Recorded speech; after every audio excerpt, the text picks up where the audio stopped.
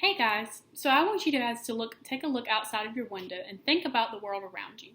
Do you think that our Earth today looks the same as it did millions of years ago? Absolutely not. Our Earth is constantly changing day by day, whether you see these changes happening or not. Think back to the questions you considered in the previous slide. When you think about the crack in the Earth that we talked about, you more than likely came to the conclusion that the crack has not always been there. Something caused that crack in the earth, but what causes them? So here I've got a little cup and it's got some sand in it and some sugar cubes. Now I've also got a little glass of water and a straw. So let's pretend that this sand is on a beach and that these little sugar cubes are some rocks that have been sitting on this beach for maybe thousands of years. And we're going to pretend that this water that I'm going to be dropping in this cup is rainwater. So what do you think is going to happen when I drop the water on the sugar cubes or our rocks? So let's move so we can see.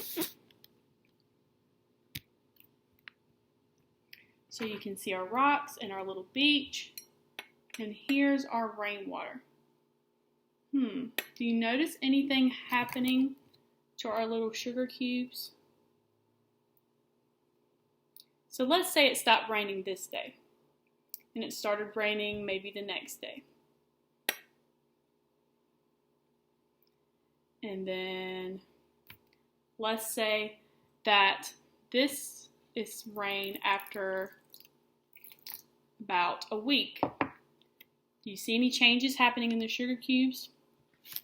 You probably notice that these sugar cubes are starting to break down and get smaller.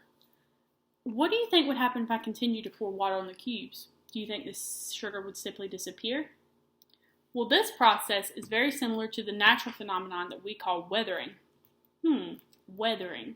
What do you think that means? Well, it actually means kind of what it sounds like. Weathering is the process in which rocks, minerals, and other materials break down into smaller pieces from factors such as weather, specifically rain, or temperature, pressure, and even interactions with biological or living organisms like growing plants. Weathering is typically a slow process that you don't really notice, but it goes on for hundreds and even thousands of years. Weathering can explain cracks in our Earth, such as the ones in our examples before, as concrete can crack from temperature changes, water pressure, or wind pressure.